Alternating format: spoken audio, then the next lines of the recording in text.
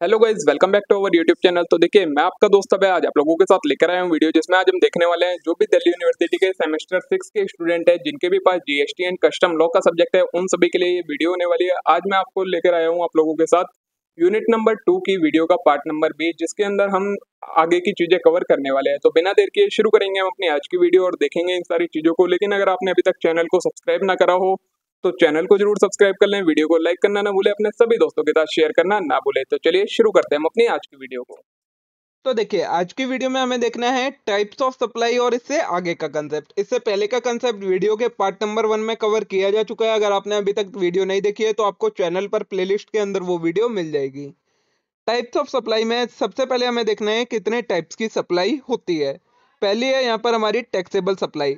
तो the scope of taxable supply refers to all goods and service that are subject to GST whether at the standard rate, reduced rate और zero rate. Taxable supply के अंदर आपकी कौन सी goods और services आ जाती हैं? ऐसे गुड्स और सर्विसेज जिनके ऊपर जीएसटी एप्लीकेबल होता है वो आती हैं आपकी टैक्सेबल सप्लाई के अंदर। अब इनके ऊपर कितना भी जीएसटी का रेट लग सकता है, जो स्टैंडर्ड रेट है वो रेट लग सकता है, या फिर किसी नोटिफिकेशन या अमेंडमेंट के थ्रू जिसका रेट रिड्यूस हो रखा है वो रेट अप्लाई हो सकता है, या फिर अगर किसी सप्लाई के ऊपर 0% का रेट प्रिस्क्राइब करा गया है एक्ट के अंदर, तो वो रेट भी अगर लग रहा है तो भी वो आपकी टैक्सेबल सप्लाई ही मानी जाएगी। अब इसमें आपके दो तरीके के गुड्स और सर्विस होते हैं, taxable goods and taxable services. Taxable goods क्या होते हैं? Goods that are not exempt from GST such as electronic and clothing. ऐसे गुड्स जो कि जीएसटी से एग्जेम्प्ट नहीं हैं, जैसे कि आपके इलेक्ट्रॉनिक्स आइटम हो गए, क्लॉथिंग के आइटम हो गए, ये सारे आपके टैक्सेबल गुड्स की कैटेगरी में आते हैं। टैक्सेबल सर्विसेज में आता है services such as consultancy, professional service and hospitality services that are subject to GST. Service में आपकी दी गई है कंसल्टेंसी की सर्विस हो गई, प्रोफेशनल सर्विस हो गई और हॉस्पिटैलिटी की सर्विस हो गई। इनके ऊपर भी जीएसटी एप्लीकेबल होता है, तो ये आपकी टैक्सेबल सर्विस के अंदर आ जाती हैं। These supplies are generally subject to GST at applicable rate, that is 5%, 12%, 18% and 28%। जो ये टैक्सेबल सप्लाई होती है इनके ऊपर नॉर्मली आपका ज़्यादातर पर 5%, 12, 18 और 28 इन परसेंट्स में से जीएसटी का रेट लगता है। कुछ होते हैं जिनके ऊपर कुछ एग्जेम्पशन मिली हुई है या किसी नोटिफिकेशन के थ्रू उनको रिड्यूस रेट से जीएसटी चार्ज किया जाता है उन पर, और कुछ होते हैं जिनके ऊपर जीरो रेट से जीएसटी चार्ज करा जाता है। सेकंड तरीके की सप्लाई आती है आपकी एग्जेम्प्ट सप्लाई जिसे कहा जाता है। So some supplies are exempt from GST under specific provision. GST act के अंदर कुछ सप्लाईज को स्पेसिफिक प्रोविजन के अंदर जीएसटी से एग्जेम्प्ट करा गया है, मतलब उन सप्लाईज के ऊपर जीएसटी नहीं लगेगा। दीज इंक्लूड कौन कौन सी होती हैं इसमें? सर्टेन गुड्स देंगे, जैसे कुछ गुड्स को एग्जेम्प्ट कर रखा है, जैसे कि फ्रेश फ्रूट हो गए, आपके वेजिटेबल हो गए, इन सारी चीजों को जीएसटी से एग्जेम्प्ट कर रखा है। सर्विसेज में आती है that fall under the exempt category such as health care service हो गई आपकी, एजुकेशन की सर्विस हो गई, और कुछ फाइनेंशियल सर्विस होंगी जिनके ऊपर जीएसटी अप्लाई नहीं होता है आपका। Supplies that fall under the exempt supply category do not attract GST. ऐसी सप्लाई जो एग्जेम्प्ट सप्लाई की कैटेगरी में आती हैं उनके ऊपर कोई जीएसटी चार्ज नहीं होता है। And business making such supply are not required to pay GST और comply with certain GST formalities. और ऐसे बिजनेस जो जीएसटी एग्जेम्प्ट की एग्जेम्प्ट सप्लाई वाली कैटेगरी गुड्स में डील करते हैं या सर्विसेज में डील करते हैं, उन्हें ना तो कोई जीएसटी पे करना होता है और ना ही जीएसटी की जो फॉर्मेलिटीज होती हैं रिटर्न फाइलिंग की या कोई भी, ना तो वो सारी चीजें करनी होती हैं। ठीक है। थर्ड टाइप की सप्लाई आती है हमारी नील रेटेड सप्लाई। तो some supply may be taxed at 0%। कुछ सप्लाई होती हैं जिनके ऊपर 0% का टैक्स लगता है, वो कहलाती हैं आपकी nil rated supply. This is often referred as nil rated supply. इन्हें हम नील रेटेड सप्लाई कहते हैं। Goods and service exported out of India. ऐसे गुड्स और सर्विसेज जो इंडिया से बाहर एक्सपोर्ट करे जाते हैं उनके ऊपर 0% का जीएसटी रेट लगता है। जैसे कि for example are generally zero rated under GST. जो जीरो रेटेड सप्लाई होती हैं उन्हें ही हम नील रेटेड सप्लाई भी कहते हैं। एग्जाम्पल में export of goods and services these supply are zero rated meaning they are not subject to any GST within India but exporter can claim a refund of input tax paid. इन supplies के ऊपर GST नहीं लगता है, लेकिन जो exporter होता है उसने जो इनपुट टैक्स क्रेडिट पे करा होता है, आईटीसी पे करा होता है, उसका वो रिफंड ले सकता है। अब ये क्या रिफंड होता है, क्या पे करा होता है, ये चीज आपको आगे चलकर अभी पता लगेगी। आप अभी यहाँ पर इससे सिर्फ रिटेन कर सकते हैं। नेक्स्ट टाइप की आपकी सप्लाई होती है नॉन टैक्सेबल सप्लाई, जिसे कहा जाता है। तो certain goods and services are entirely non taxable under GST. कुछ गुड्स और सर्विस ऐसे हैं जिन्हें पूरी तरीके से नॉन टैक्सेबल रखा गया है जीएसटी के अंदर। For example alcohol for human consumption. तो the sale of alcoholic beverage is outside the scope of GST and is taxed by state excise duty instead. जो अल्कोहल होती है ह्यूमन कंजम्पशन के लिए, उसके ऊपर किसी भी तरीके का जीएसटी नहीं लगता है। उसके ऊपर स्टेट एक्साइज ड्यूटी लगाती है जो कि पे करी जाती है, उसके ऊपर जीएसटी एप्लीकेबल नहीं होता।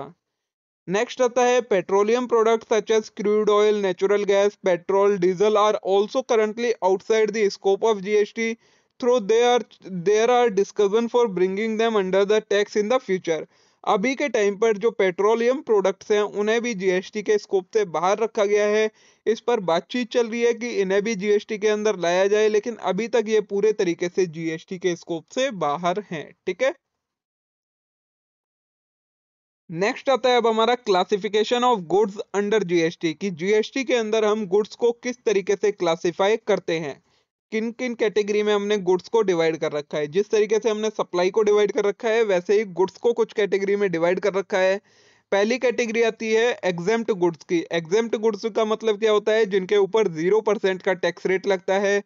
तो some goods are exempt from GST and are not subject to any tax. These typically include basic goods required for daily life.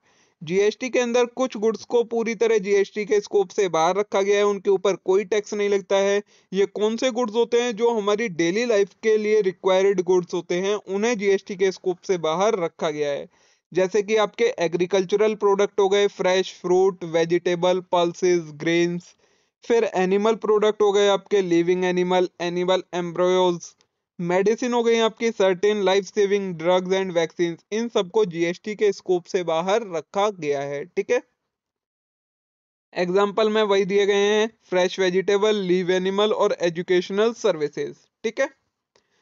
Second आते हैं हमारे goods taxed eight 5% GST rate, की ऐसे गुड्स जिनके ऊपर 5% का जीएसटी रेट लगता है। ऐसे कौन कौन से गुड्स हैं, तो essential goods that are consumed frequently but are not considered luxury item fall into this category. ऐसे गुड्स जो कि फ्रिक्वेंटली कंज्यूम करे जाते हैं, लेकिन हम इन्हें लग्जरी आइटम की कैटेगरी में नहीं ले जा सकते, उन गुड्स को बोला गया है गुड्स टैक्स्ड एट 5%।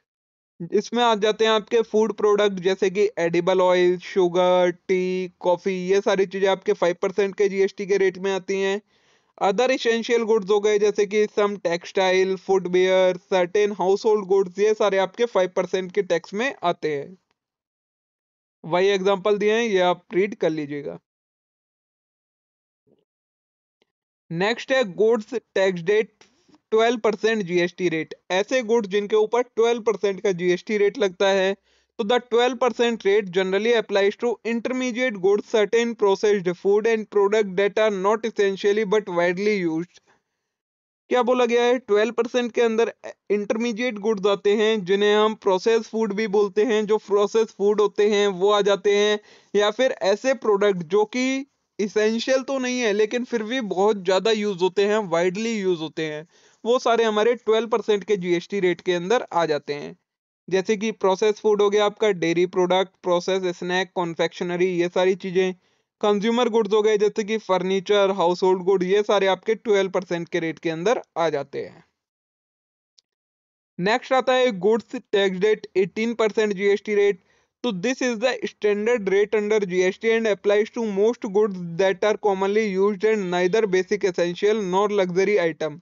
जो 18% का रेट है वो आपका सबसे स्टैंडर्ड रेट है। ज्यादातर गुड्स के ऊपर आपका 18% का रेट एप्लीकेबल होता है। अब ये वाले जो गुड्स होते हैं जिनके ऊपर 18% का रेट लगता है, ये ना तो हमारे लिए एसेंशियल ही होते हैं और ना ही लग्जरी होते हैं। ये बीच के गुड्स होते हैं, उनके ऊपर 18% का रेट लगता है। जैसे कि इलेक्ट्रॉनिक आइटम हो गए, computer, laptop, printer, mobile phone, ये सारी चीजें। हाउस होल्ड आइटम हो गए, किचन अप्लायंस, सर्टेन फर्नीचर, ये सारी चीजें। और ऑटोमोबाइल, पैसेंजर कार, मोटरसाइकिल, ये सारी चीजें हो गई, इनके ऊपर आपका 18% का जीएसटी का रेट लगता है। नेक्स्ट आता है हमारा goods tax rate, 28% GST rate. ऐसे गुड्स जिनके ऊपर 28% का रेट लगता है, तो this category include luxury and premium product that are generally not essential for daily life. 28% GST rate के अंदर ऐसे गुड्स आते हैं जो कि लग्जरी होते हैं और प्रीमियम प्रोडक्ट होते हैं। ये हमारी डेली लाइफ के लिए एसेंशियल नहीं होते, लग्जरी कैटेगरी में इसलिए इन्हें रखा जाता है। क्या क्या चीजें आती हैं इसमें? लग्जरी गुड्स हो गए जैसे कि high and car, air conditioner, branded product. फिर आते हैं लग्जरी कॉस्मेटिक जैसे कि high and beauty product and perfumes. फिर हाई एंड व्हीकल जैसे कि लग्जरी कार, मोटर बोट, ये सारी चीजें आपकी 28% जीएसटी रेट की कैटेगरी में आ जाती हैं। ठीक है। जैसे गुड्स को क्लासिफाई कर रखा है, वैसे ही सर्विसेज का भी क्लासिफिकेशन कर रखा है रेट वाइज। तो service under GST are classified into different tax rate slab. The key GST rate for services are, इसमें भी वही 5 रेट हैं आपके। 0% का रेट लगता है आपका ऐसी सर्विसेज जो एग्जाम्प्ट हैंगी, जैसे कि हेल्थ केयर की और एजुकेशन की। फिर आती है आपकी 5% के रेट की सर्विसेज। तो सर्टेन एसेंशियल सर्विसेज जैसे कि स्मॉल रेस्टोरेंट सर्विसेज और ट्रांसपोर्ट सर्विसेज, इनके ऊपर आपका 5% का जीएसटी लगता है। 12% की कैटेगरी में आती है some service like certain work contract और रेस्टोरेंट सर्विसेज होती हैं, ये आपकी 12% की कैटेगरी में आ जाती हैं। फिर आती है 18% की कैटेगरी में तो मोस्ट स्टैंडर्ड सर्विसेज जैसे कि टेलीकॉम सर्विसेज और इंश्योरेंस, ये सारे आते हैं आपके 18% की कैटेगरी में। फिर आता है लग्जरी सर्विसेज जैसे कि हो गई आपकी hotel service with tariff above 7,500 पर नाइट, गैम्बलिंग और कसिनो सर्विसेज, जो भी लग्जरी सर्विसेज होती हैं, इनके ऊपर आपका 28% का जीएसटी रेट लगता है। ठीक है। ये आपको एग्जाम्पल दे दिए गए हैं, आप इन्हें रीड करिएगा। Now next topic is composite and mixed supply. Composite supply under GST का मतलब क्या होता है? A composite supply is a supply that consists two or more goods and or services that are naturally bundled and sold together, where one item is the principal supply which is main supply and the other are ancillary मतलब subsidiary to it। Composite supply का मतलब क्या होता है? एक ऐसी supply जिसके अंदर हम एक साथ में दो या दो से ज्यादा गुड्स या फिर सर्विसेज को सेल कर रहे होते हैं, लेकिन वो सर्विसेज को हम एक साथ में कैसे सेल कर रहे होते हैं? वो नेचुरली बंडल्ड है, मतलब हम उन्हें मिलाकर सेल नहीं कर रहे, वो पहले से ही मिक्स हैं और एक साथ में ही सेल की जा सकती हैं। तो वो चीज कहलाती है आपकी इन कंपोजिट सप्लाई, जिसके अंदर एक आइटम जो होता है वो आपका मेन सप्लाई होता है और दूसरा जो होता है वो उसका एंसिलरी होता है, मतलब सपोर्टिंग सप्लाई होता है। उसके बिना पहले वाला आइटम किसी काम का नहीं होता। ऐसी चीज को बोला जाता है composite supply. The key characteristic of a composite supply is that the goods or service are typically supplied together and the principal supply determine the GST rate for the entire composite supply। जो ये composite supply होती है, इसके अंदर दो या दो से ज्यादा गुड्स या सर्विसेज को एक साथ सप्लाई करा जाता है और इसके ऊपर जो जीएसटी का रेट लगता है वो कौन सा लगता है? जो हमारी प्रिंसिपल सप्लाई मतलब जो मेन आइटम होता है उसका जो जीएसटी का रेट होता है वही दूसरा एंसिलरी सप्लाई के ऊपर भी लग जाता है। तो वो चीज कहलाती है आपकी कंपोजिट सप्लाई। की फीचर्स क्या क्या होते हैं कंपोजिट सप्लाई के? सबसे पहले ये नेचुरली बंडल्ड होते हैं, मतलब दीज गुड्स और services are usually provided together in course of business. Business के अंदर हमें इन गुड्स और सर्विसेज को एक साथ में ही प्रोवाइड करवाना होता है, इन्हें हम अलग अलग प्रोवाइड करवा ही नहीं सकते। नेक्स्ट आता है प्रिंसिपल सप्लाई होती है। तो there are one main supply either a goods और service and the other goods और service are ancillary to it. इसके अंदर जो पहला गुड्स और सर्विस होता है वो मेन सप्लाई माना जाता है, जो भी एक आइटम होता है, और जो दूसरा वाला होता है उसे हम एंसिलरी मानते हैं, मतलब उसका सपोर्टिंग सप्लाई मानते हैं। सिंगल सप्लाई, तो for GST purpose the entire composite supply is treated as a single supply and the tax rate applicable to principal apply to entire transaction। इसके अंदर हम भले ही 2 या 2 से ज्यादा गुड्स और सर्विसेज को सेल कर रहे हो, लेकिन जीएसटी के पर्पस के लिए इस पूरी सप्लाई को एक सिंगल सप्लाई माना जाता है और जो प्रिंसिपल सप्लाई के ऊपर जीएसटी का रेट लगता है वही पूरी ट्रांजैक्शन के ऊपर जीएसटी का रेट आपका लगता है। ठीक है, अब जैसे कि एग्जांपल में दिया है आपको, कंपोजिट सप्लाई के 2 एग्जांपल लेकर आया हूं मैं काफी अच्छे अच्छे आपके साथ। पहला है अ टूर पैकेज। तो a tour package typically include transportation, bus, train और air, hotel accommodation and sightseeing. एक जो टूर पैकेज होता है उसके अंदर आपकी ट्रांसपोर्टेशन की फैसिलिटी भी इन्वॉल्व होती है, होटल की एकोमोडेशन फैसिलिटी भी होती है और साइट सीइंग की फैसिलिटी भी होती है। Here the principal supply is tour package which is a service. यहाँ पर जो आपकी प्रिंसिपल सप्लाई है वो क्या है, टूर का पैकेज जो कि आपकी एक सर्विस के अंदर आता है। And the ancillary supplier transportation and accommodation, और जो इसके साथ में आपको एडिशनल सप्लाई जो आपके इस टूर पैकेज के लिए जरूरी है वो क्या क्या है, आपकी ट्रांसपोर्टेशन की और होटल एकोमोडेशन की सर्विसेज है। ये आपकी एंसिलरी सप्लाई हो गई। Since the principal supply is tour package as the service, the GST rate for service like tour package would apply to entire transaction।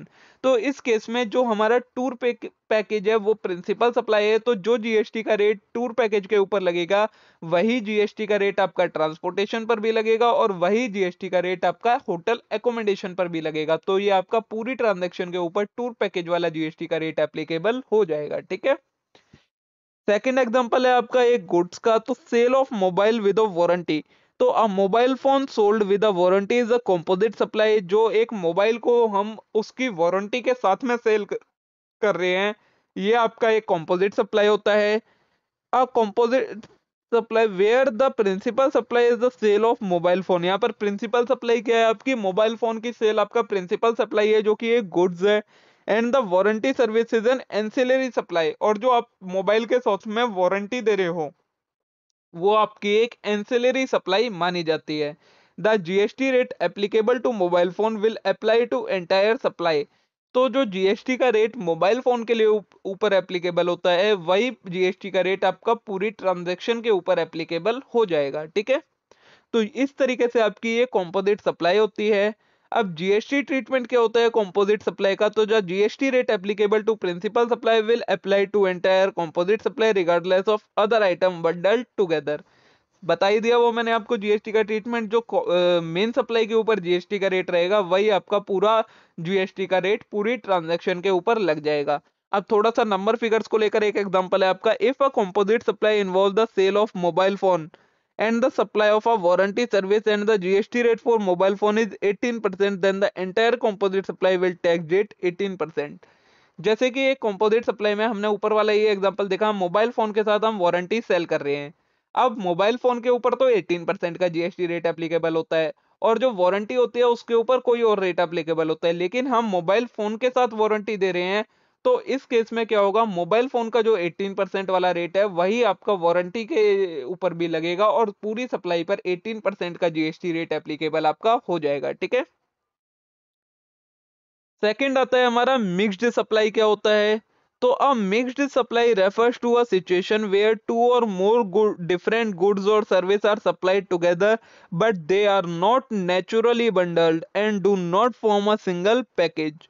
Mixed supply composite supply का बिल्कुल opposite है। Composite supply के अंदर हम 2 या 2 से ज्यादा गुड्स और सर्विस को एक साथ सेल करते हैं क्योंकि वो नेचुरली बंडल्ड होते हैं, उन्हें हमने ऐड नहीं करा, वो साथ में ही बिक सकते हैं, अलग अलग हम उन्हें सेल कर ही नहीं सकते। लेकिन जो मिक्स्ड सप्लाई होती है इसके अंदर क्या होता है, हम 2 या 2 से ज्यादा गुड्स और सर्विस को एक साथ में सप्लाई करते हैं लेकिन वो नेचुरली बंडल्ड नहीं होते और ना ही सिंगल पैकेज के अंदर आते हैं। In a mixed supply, each goods or service can be supplied separately and each of item has its own GST rate। Mixed supply के अंदर क्या होता है, जो भी गुड्स और सर्विस को हम एक साथ सप्लाई कर रहे हैं उन्हें हम अलग अलग भी सेल कर सकते हैं और उनका अपना अपना जीएसटी का रेट अप्लाई हो सकता है। तो however when they are supplied together as a mixed supply, the highest GST rate applicable to any of the goods or service will apply to entire supply. अब इस केस में क्या होता है, कंपोजिट सप्लाई में था कि जो प्रिंसिपल सप्लाई का जीएसटी का रेट होगा वही पूरी ट्रांजैक्शन के ऊपर लग जाएगा, लेकिन मिक्स्ड सप्लाई में अगर हम उन दोनों को बंडल कर रहे हैं, दो आइटम्स को, तो उनमें से जो हायर जीएसटी का रेट लग रहा होगा जिस आइटम पर, वो वाला जीएसटी का रेट पूरी ट्रांजैक्शन के ऊपर लगेगा। ठीक है। की फीचर क्या क्या होते हैं मिक्स्ड सप्लाई के, तो ये नॉट नेचुरली बंडल्ड होते हैं, मतलब गुड्स और service are not inherently bundled together and can be supplied separately. ये दो आइटम को हम एक साथ सप्लाई कर रहे होते हैं इसके अंदर, वो नेचुरली बंडल्ड नहीं होते हैं, मतलब हमने उन्हें ऐड करा होता है एक साथ में सप्लाई करने के लिए, और हम चाहें तो उन्हें अलग अलग भी सेपरेटली सप्लाई भी कर सकते हैं। सेकेंड है डिफरेंट आइटम्स होते हैं, तो there are to or more distinct item goods और service include in the supply. यहाँ पर दो या दो से ज्यादा अलग अलग आइटम हो सकते हैं। हाईएस्ट जीएसटी रेट अप्लाई, तो the highest GST rate applicable to any of the item in the mixed supply will applicable to the entire transaction. अब इस ट्रांजेक्शन के अंदर जिस भी आइटम पर हायर जीएसटी रेट होगा, हाईएस्ट जीएसटी का रेट होगा, वो वाला जीएसटी का रेट पूरी ट्रांजेक्शन के ऊपर अप्लाई हो जाएगा। ठीक है। एग्जाम्पल दिए हैं आपको मिक्स्ड सप्लाई के दो। पहला है a gift pack containing chocolate, perfume and a watch. तो a gift pack with chocolate, perfume and watch can be considered a mixed supply, each item at distinct and can be sold separately. एक gift का pack है जिसके अंदर आपकी chocolates हैं, perfume है और वॉच है, ये आपका एक मिक्स्ड सप्लाई है, क्योंकि आप चाहें तो सारे आइटम अलग अलग हैं, आप उन्हें अलग अलग भी सेल कर सकते हैं। तो चॉकलेट में भी टैक्स रेट 5%, परफ्यूम में भी tax rate 18% and the watch में भी टैक्स रेट 28%। अब इस केस में क्या है, जो चॉकलेट है उसके ऊपर आपका 5% का जीएसटी रेट एप्लीकेबल होता है, जो परफ्यूम है उसके ऊपर आपका 18% लगता है, और जो आपकी वॉच होती है उसके ऊपर 28% का जीएसटी लगता है। But since these items are not naturally bundled, the highest GST rate, this case 28% for the watch, will apply to entire mixed supply. अब इस केस के अंदर क्या है, आप जो भी हायर जीएसटी का रेट है जो कि वॉच का है 28% का, वो बाकी पूरे ट्रांजैक्शन के ऊपर अप्लाई हो जाएगा, क्योंकि ये नेचुरली बंडल नहीं है, आप चाहते तो इन्हें अलग अलग भी सेल कर सकते थे। तो अब इस पूरे गिफ्ट पैक के ऊपर 28% का जीएसटी रेट लगेगा। वैसे अगर आप अलग अलग सेल करते तो 5, 18 और 28 का लगता। ऐसे ही सेकंड दिया है combination of laptop, printer and furniture sold together as a package. एक पैकेज के अंदर आपको लैपटॉप, प्रिंटर और फर्नीचर पूरा सेल करा गया है, तो each item in the package has a different GST rate. हर जो आइटम है पैकेज में उसका अलग जीएसटी का रेट है। 18% for laptop, 12% for printer and 28% for furniture. जो लैपटॉप है उसके ऊपर आपका 18% का रेट है, जो प्रिंटर है उसके ऊपर आपका 12% का है, और जो फर्नीचर है उसके ऊपर आपका 28% का है। Since the item are not naturally bundled together, the highest GST rate, that is 28% for the furniture, will apply to entire mixed supply. अब इस केस में भी जो हायर जीएसटी का रेट है जो कि फर्नीचर का है 28% का, वो पूरी मिक्स्ड सप्लाई के ऊपर आपका अप्लाई हो जाएगा। ठीक है। जीएसटी ट्रीटमेंट क्या है वही मैंने आपको बता ही दिया। In case of mixed supply, the highest GST rate apply to any of the individual goods in the supply will apply to entire transaction. Mix supply के अंदर जो भी हाईएस्ट जीएसटी का रेट होता है, जो कि एक सिंगल आइटम, इंडिविजुअल आइटम का होता है, वही फिर पूरा ट्रांजेक्शन के ऊपर अप्लाई हो जाता है। ये आपका एग्जाम्पल दिया गया है, आप इसे रीड कर लीजिएगा। तो देखिए नेक्स्ट है हमारा difference between composite and mixed supply. वैसे तो हम काफी अच्छे तरीके से इसे पढ़ ही चुके हैं, फिर भी मैं एक बार आपको बता देता हूँ थोरली। सबसे पहले नेचर ऑफ बंडल की किस तरीके से बंडल्ड होती है, तो कंपोजिट सप्लाई के अंदर जो सप्लाई होती है वो आपकी नेचुरली बंडल्ड होती है और एक साथ ही सेल करी जाती है उन्हें। मिक्स सप्लाई के अंदर वो आपकी नेचुरली बंडल नहीं होती है और आप चाहें तो उन्हें अलग अलग भी सेल कर सकते हैं। जीएसटी का रेट है जो कंपोजिट सप्लाई है उसके अंदर जो आपकी प्रिंसिपल सप्लाई होती है उसका जो जीएसटी का रेट होता है वो पूरी ट्रांजैक्शन के ऊपर लगता है। लेकिन मिक्स्ड सप्लाई के अंदर जो आपका हाईएस्ट जीएसटी रेट होता है वो पूरी सप्लाई के ऊपर एप्लीकेबल होता है।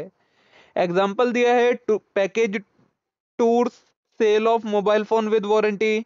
मिक्स सप्लाई में gift pack, furniture with laptop and printer bundled. Taxation क्या होता है, इसे हम सिंगल सप्लाई मानते हैं और एक जीएसटी का रेट लगता है। इसको भी हम कलेक्शन ऑफ सप्लाई ट्रीट करते हैं और इसमें जो हाईएस्ट जीएसटी का रेट होता है आपका, वो रेट इस पे अप्लाई हो जाता है। ठीक है, नेक्स्ट जो टॉपिक है हमारा वो है composition levy scheme under GST. तो the composition levy scheme is a simplified tax structure under goods and service tax system aimed at providing relief to small tax payer. जो कंपोजिशन लेवी स्कीम है ये क्या है, ये भी एक तरीके का टैक्स स्ट्रक्चर है, लेकिन सिंप्लीफाइड टैक्स स्ट्रक्चर है, जो कि किसके लिए बनाया गया है, जो स्मॉल टैक्स पेयर्स हैं उनके लिए ये बनाया गया था।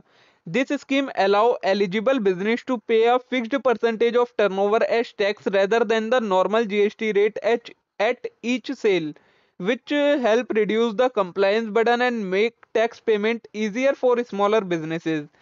ऐसे बिजनेस आगे बताएंगे कौन से बिजनेस को इसके अंदर इंक्लूड करा जाता है। तो वो बिजनेस क्या कर सकते हैं, अपनी टोटल टर्नओवर का एक फिक्स्ड परसेंटेज बता रखा है गवर्नमेंट ने, उतना परसेंट का टैक्स पे करके जो अलग अलग जीएसटी के रेट हैं वो अप्लाई नहीं करने पड़ेंगे फिर उन्हें, और ना ही उन्हें सारी कंप्लायंस का बर्डन भी उनका कम हो जाता है। तो इसलिए ये कंपोजिशन लेवी की स्कीम आई थी कि जो स्मॉल टैक्स पेयर हैं वो एक फिक्स्ड रेट से टैक्स देकर अपना सारा जो जीएसटी कंप्लायंस का बर्डन है उसे कम कर सकते हैं। The composition scheme is designed for small business with a limited turnover, allowing them to opt for a simplified taxation method. इसके अंदर जो स्मॉल बिजनेस है जिनकी एक लिमिटेड टर्नओवर है वो इसे ऑप्ट आउट कर सकते हैं।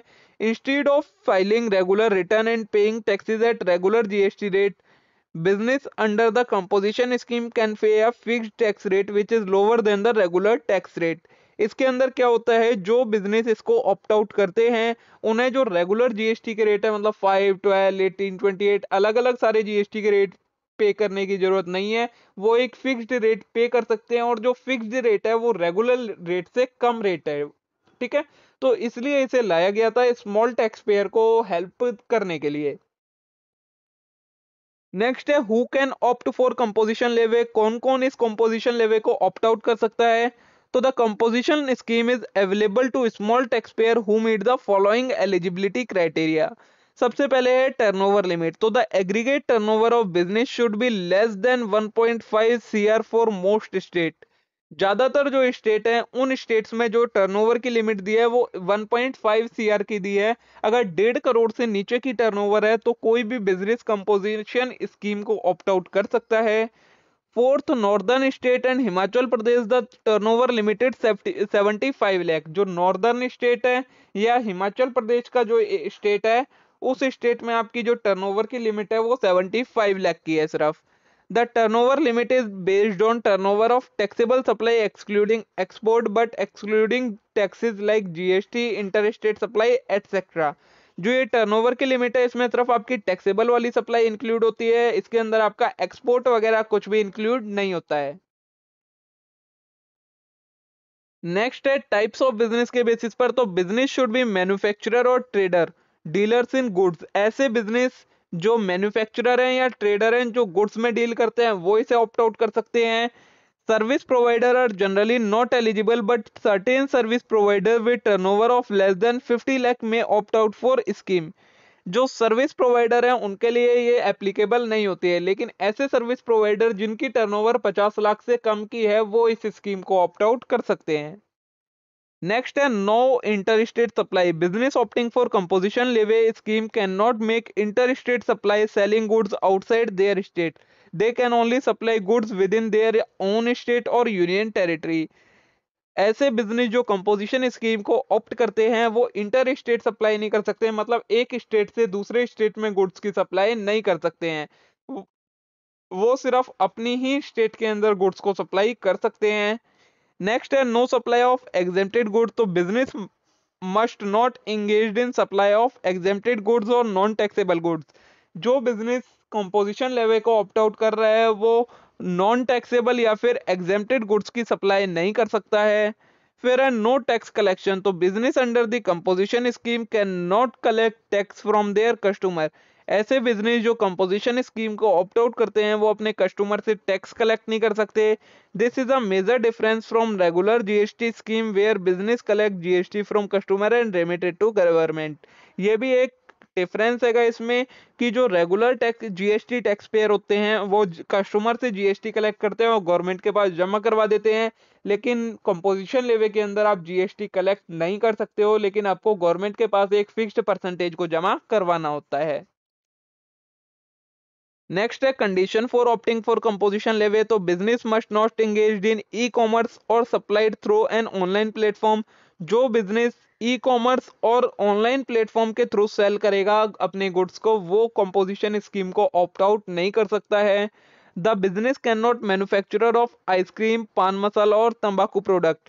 ऐसा जो भी बिजनेस कंपोजिशन स्कीम को ऑप्ट आउट कर रहा है वो ना तो आइसक्रीम का मैन्युफैक्चरर हो सकता है, ना पान मसाला का मैन्युफैक्चरर, और ना ही किसी तंबाकू प्रोडक्ट का मैन्युफैक्चरर हो सकता है। फिर है the business should not involve in supply of goods that are taxed at higher rate और goods that are subject to reverse charge. Composition scheme को ऑप्ट आउट जिस बिजनेस ने करा है, ना तो वो हायर रेट से चार्ज होने वाले जीएसटी वाले गुड्स को सेल कर सकता है, सप्लाई कर सकता है, और ना ही ऐसे गुड्स जिनके ऊपर रिवर्स चार्ज अप्लाई होता है उनको सप्लाई कर सकता है। तो ये आपकी कंडीशन होती है किस कौन कौन कंपोजिशन स्कीम के लिए एप्लीकेबल होता है। नेक्स्ट आता है हमारा how does composition scheme work. तो under the composition levy scheme business paid tax based on their turnover at a fixed percentage rather than regular GST rate. The tax paid under the scheme is generally lower and more straightforward. तो tax rate क्या होता है? The GST rate for business under composition scheme varies depending on types of business. Business to business के basis पर इसके अंदर tax rate बता रखा है। अगर कोई मैन्युफैक्चरर है तो उसके लिए जो टैक्स रेट है वो है 1% ऑफ टर्नओवर। टर्नओवर का 1% उसे टैक्स पे करना होता है, जितनी भी उसकी टर्नओवर होती है। 0.5% सीजीएसटी और 0.5% एसजीएसटी। अगर कोई ट्रेडर है जो कि गुड्स के अंदर डील करता है उसके लिए भी रेट है वो 1% का ही है, टर्नओवर का 1%। For restaurant service provider other than one providing alcohol. अगर कोई रेस्टोरेंट सर्विस प्रोवाइडर है तो उसके लिए जो जीएसटी का रेट है वो है 5% ऑफ टर्नओवर, मतलब 2.5% सीजीएसटी और 2.5% एसजीएसटी। नोट दिया है service provider were not eligible for composition scheme earlier but under the new amend provision service provider with turnover less than 50 lakh can opt for scheme and पे a tax of 6%। पहले जब ये new scheme आई थी तब इसके अंदर service provider को include नहीं करा गया था, मतलब सर्विस प्रोवाइडर कंपोजिशन स्कीम में नहीं जा सकते थे। लेकिन अब अमेंडमेंट के थ्रू सर्विस प्रोवाइडर जिनकी टर्नओवर 50 लाख से कम की है वो कंपोजिशन स्कीम को ऑप्ट आउट कर सकते हैं, और लेकिन उनके लिए जो टैक्स का रेट एप्लीकेबल है वो है 6%, मतलब 3% सीजीएसटी और 3% एसजीएसटी। ठीक है। बेनिफिट क्या क्या होते हैं हमारे कंपोजिशन स्कीम के? तो लोअर टैक्स रेट है, तो tax rate under the composition scheme are generally lower compare to regular GST rate making it beneficial for small business. जो कंपोजिशन स्कीम के अंदर टैक्स का रेट है वो लोअर टैक्स रेट है रेगुलर जीएसटी रेट से। फिर है सिंप्लीफाइड कंप्लायंस। तो business under composition scheme are required to file only quarterly return instead of monthly return for regular tax pair. जो कंपोजिशन स्कीम वाले सप्लायर होते हैं उनको क्वार्टरली रिटर्न अपनी फाइल करनी होती है, इनको रेगुलर रिटर्न मतलब मंथली रिटर्न फाइल नहीं करनी होती है। There is no need to maintain detail record of input tax credit, ना ही तो उन्हें कोई आईटीसी का रिकॉर्ड बना के रखना होता है। रिड्यूस पेपर वर्क हो जाता है। तो since the business are not collecting tax from customer there are fewer formality and paper work. अब बिजनेस अगर जीएसटी ही कलेक्ट नहीं कर रहा है कस्टमर से तो किसी भी तरीके का ज्यादा पेपर वर्क और फॉर्मेलिटीज उन्हें नहीं करनी पड़ती हैं। No reverse charge. तो business under scheme do not need to pay taxes under the reverse charge mechanism for supply of goods और सर्विस। बिजनेस को किसी भी तरीके का इसके अंदर रिवर्स चार्ज पे नहीं करना होता है। रिस्ट्रिक्शन क्या क्या होती हैं कंपोजिशन स्कीम के अंदर? वैसे तो हम ऊपर डिस्कस कर चुके हैं, फिर भी एक बार देख लेते हैं। No input tax credit. तो business under composition scheme are not eligible to input tax credit on the tax paid on their purchase. Business ने जो भी परचेज के ऊपर इनपुट टैक्स क्रेडिट पे करा होता है वो उसका वो बेनिफिट क्लेम नहीं कर सकते हैं इसके अंदर। This is a significant disadvantage compare to regular tax payer who can claim ITC for tax paid on input. Second restriction आती है आपकी नो इंटर स्टेट सप्लाई। तो business can not make inter state supply. आप दो states के बीच में goods को supply नहीं कर सकते हैं, ये रिस्ट्रिक्शन होती है कंपोजिशन सप्लायर के ऊपर। Ineligibility for e commerce business. आप ई कॉमर्स का बिजनेस नहीं कर सकते, मतलब ऑनलाइन प्लेटफॉर्म के थ्रू अपने गुड्स को सेल नहीं कर सकते हो। No tax collection from customer, composition scheme के अंदर आप कस्टमर से जीएसटी चार्ज नहीं कर सकते हो। लास्ट है इनएलिजिबिलिटी फॉर सर्टेन गुड्स और सर्विस, और कुछ गुड्स और सर्विस को स्पेसिफाई करा गया है कि आप उन गुड्स और सर्विस की सप्लाई भी नहीं कर सकते हो, जैसे कि आइसक्रीम, तंबाकू, पान मसाला, ये सारे गुड्स की आप सप्लाई नहीं कर सकते हो। ठीक है। नेक्स्ट है procedure for opt for composition scheme. क्या प्रोसीजर होता है? तो जैसे नॉर्मल प्रोसीजर होता है, सबसे पहले आपको एप्लीकेशन ऑफ रजिस्ट्रेशन फाइल करनी होती है। Tax payer need to apply for registration under composition scheme via GST registration 1। GST portal पर जाकर आपको जीएसटी एप्लीकेशन फाइल करनी होती है कंपोजिशन स्कीम के लिए। Filing the declaration, the tax payer must file a declaration in form GST CMP 02 with the tax authority to opt for composition scheme.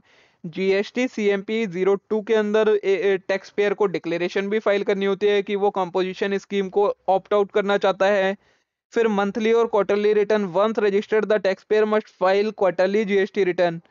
जो एक बार रजिस्टर होने के बाद जो टैक्स पेयर होता है उसे GSTR 4 फाइल करनी होती है, जो कि क्वार्टरली फाइल होती है, और annual return GSTR 9A file करनी होती है, जो कि साल में एक बार फाइल होती है। Withdrawal from scheme, if a taxpayer exceed the turnover or want to opt out of the scheme reason, they must inform the GST authority by filing form GST CMP 04। अगर टैक्स पेयर की turnover exceed कर जाती है या वो उस scheme से बाहर जाना चाहता है, तो फिर टैक्स पेयर GST CMP 04 को फाइल करके इस स्कीम से बाहर जा सकता है। ठीक है। तो आज की इस वीडियो को हम यहीं पर स्टॉप करेंगे। इससे आगे का जो भी कंटेंट है वो हम कवर करेंगे वीडियो के नेक्स्ट पार्ट में। तब तक के लिए आप आज की इस वीडियो को लाइक करें, चैनल को सब्सक्राइब करना ना भूलें, वीडियो को अपने सभी दोस्तों के साथ शेयर करना ना भूलें। Thank you.